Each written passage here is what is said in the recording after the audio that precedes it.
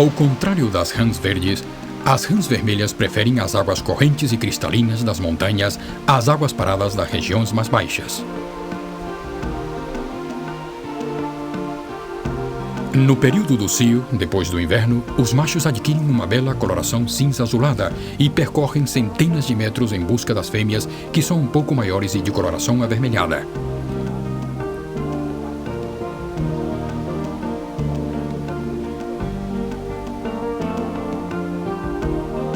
Durante alguns dias, dezenas de machos e fêmeas se reúnem em águas rasas para acasalarem e colocarem os ovos. A fecundação é externa. O macho abraça a fêmea e se deixa arrastar por ela, deixando massas gelatinosas de centenas de ovos que flutuam na água.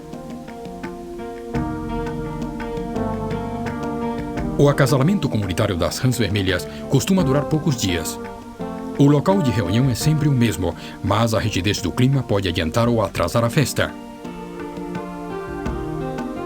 Depois deste agitado período de reprodução, as rãs abandonarão o lugar para se dedicarem a uma vida solitária até o próximo encontro, na primavera do ano seguinte.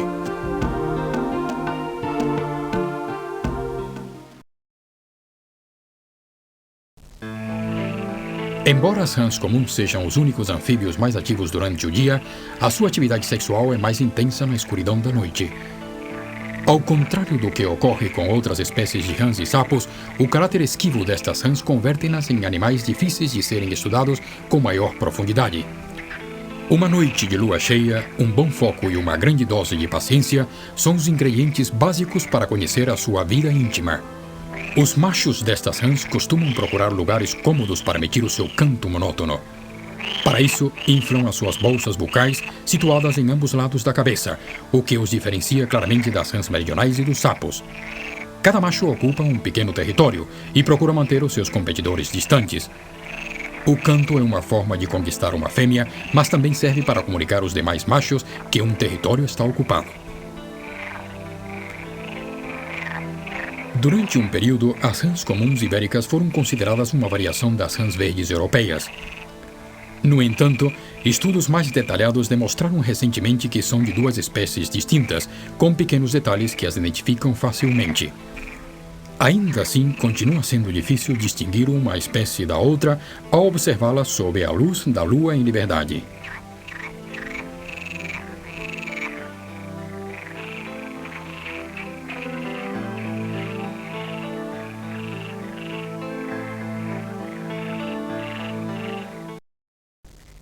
A cada primavera, depois de uma longa hibernação sob a terra, as rãs meridionais voltam para o mesmo lago para reiniciarem o seu ciclo biológico, pois, como diz o próprio nome do grupo, anfíbios, estes animais possuem uma etapa da vida na água doce e outra na terra. Na escuridão da noite, o sentido mais útil para estabelecer relações é a audição, e muitas rãs e sapos a têm bem desenvolvida, bem com os modos a produzirem diferentes sons, como reconhecimento espécie específico. Os primeiros que chegam conseguem as melhores posições, os melhores parceiros, etc. Cada macho defende um pequeno território a partir do qual, posicionado bem no centro, coacha sem parar inchando e desinchando a sua enorme bolsa gular. É uma forma de conquistar a fêmea com o seu canto, indicando que o volume e a qualidade do coachado pode representar um sucesso reprodutivo maior a cada geração. A potência do coachar destas pequenas rãs é tal que a serenata noturna de um lago em pleno período do cio pode ser escutada a quilômetros de distância.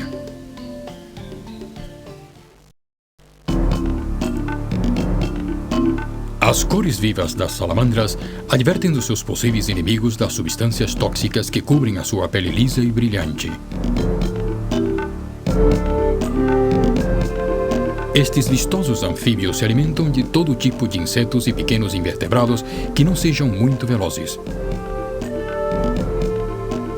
As salamandras são muito lentas, mas conseguem capturar presas como caracóis e larvas de escaravelhos.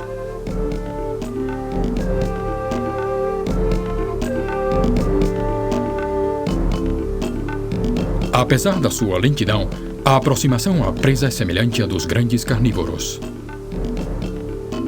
Primeiro observa, se aproxima e aguarda pacientemente até finalmente decidir que a distância já é adequada. Por frações de segundo, A salamandra torna-se veloz no momento de capturar a sua presa, nesse caso, uma larva de coleóptero. Esta é uma cena de caça muito difícil de ser observada na natureza.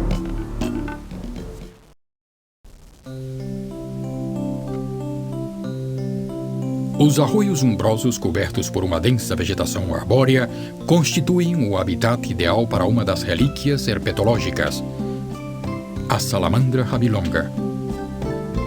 Estes anfíbios dividem o habitat com a outra espécie, o tritão ibérico. As larvas das salamandras e dos tritões têm respiração branquial e são estritamente aquáticas. Alimentam-se de pequenos invertebrados e refugiam-se sob as pedras do fundo, sendo muito difícil localizá-las. Por outro lado, as salamandras rabilongas adultas possuem hábitos terrestres. O seu corpo estilizado e os seus movimentos rápidos lembram mais o comportamento de uma lagartixa, principalmente se comparadas com as salamandras comuns. A cauda destes anfíbios, que chega a medir quase 2 vezes o comprimento do seu corpo, ajuda nos seus deslocamentos velozes, sendo difícil a sua observação. Com quase 20 centímetros de comprimento, o sapo comum é o maior de todos os anfíbios europeus. A sua pele dura é coberta por inúmeras verrugas que são pequenas glândulas produtoras de uma substância irritante, utilizadas apenas quando é estritamente necessário. Em ambos os lados da cabeça, localizam-se outras 2 grandes glândulas conhecidas como parótidas, completando assim a sua espetacular fisionomia.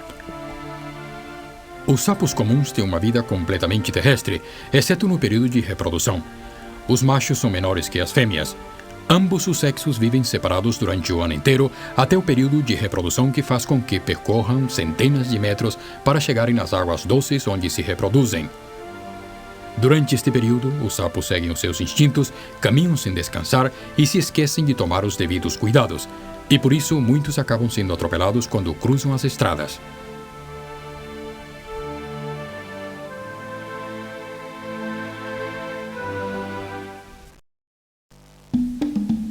A espetacular floração dos ranúnculos com pequenas flores brancas que distribuem-se por toda a superfície dos açudes coincide com o período de reprodução dos tritões palmeados.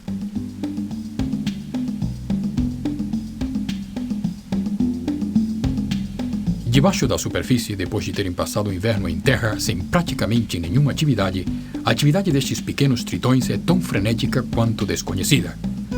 Depois de acordarem de uma longa hibernação, macho e fêmea mostram as suas cores características do período de reprodução e saem em busca de um par. Não muito distante, um grande macho de tritão jaspeado mostra o aspecto típico desse período de acasalamento. O cio transforma esses tritões, dotando-los de uma grande crista dentada que percorre todo o seu lombo até a cauda, convertendo-os em verdadeiros dragões de água doce. Todos os tritões são carnívoros. Alimentam-se de girinos, insetos e outros pequenos animais que capturam na água. No entanto, durante o período de reprodução, o instinto sexual supera qualquer outra atividade. São os machos que tentam conquistar as fêmeas, aproximando-se e mostrando seus corpos com a coloração típica do período.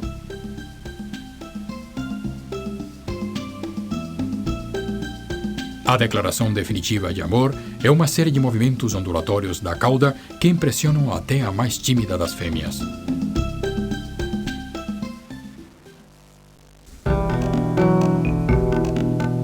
As cadeias montanhosas dos Pirineus e algumas serras vizinhas constituíram a área de distribuição mundial dos desconhecidos tritões pirenaicos que são peculiares a esta cordilheira.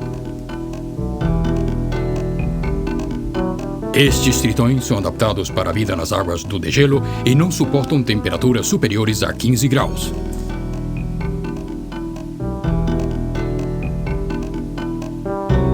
Convivem com algumas espécies de rãs e alimentam-se dos seus girinos, mas podem consumir qualquer animal aquático de pequeno porte.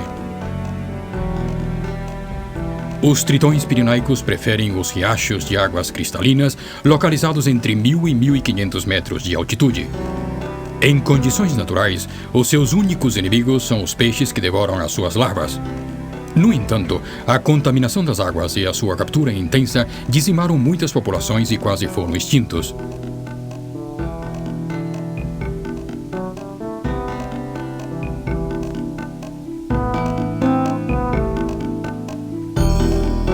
E na primavera, quando estão no período de reprodução, é possível observar o seu acasalamento.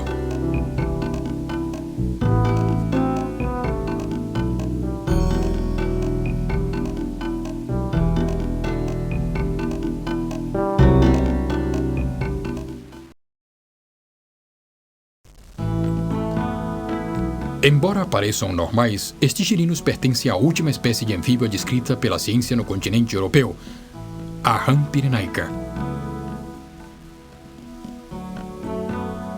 Até a década de 1990, estas rãs tinham passado desapercebidas em todos os trabalhos científicos, sendo confundidas com outras espécies próximas.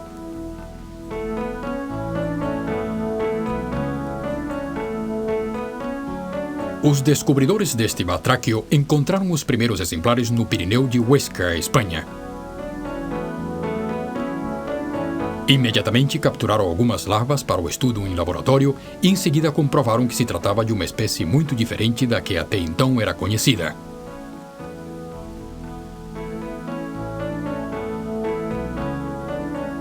Estudos genéticos determinaram que se tratava de uma nova espécie, desconhecida até então pela ciência. O habitat ideal das rãs são as correntes de águas turbulentas. Tanto os adultos quanto as suas larvas têm uma capacidade especial para se movimentarem nas águas frias e correntes das cabeceiras dos rios. As larvas das rãs pirenaicas são mais parecidas com as dos sapos que com as de outras espécies de rãs e caracterizam-se pelos pontos claros distribuídos pelo corpo. A sua criação em cativeiro não é muito difícil e é possível acompanhar todo o processo da metamorfose e compará-lo com as outras espécies de rãs.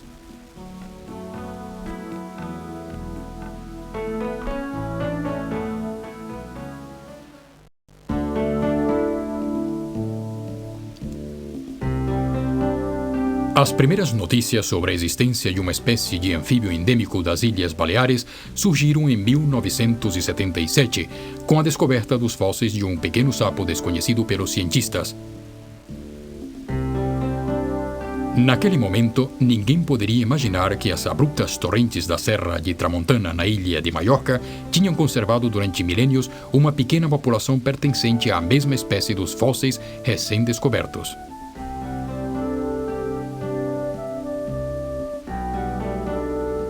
Um ano mais tarde, depois de contínuas buscas no centro da serra, apareceram os primeiros exemplares vivos que tinham conseguido passar desapercebidos durante séculos no fundo das torrentes. Estes pequenos sapos, conhecidos na serra como frarets, se escondem em grutas profundas dos interiores das cadeias montanhosas e por isso a sua localização é muito difícil. Estudos posteriores catalogaram este sapo como um parente próximo dos sapos parteiros ibéricos e o batizaram com o nome científico de Halitis mulitensis.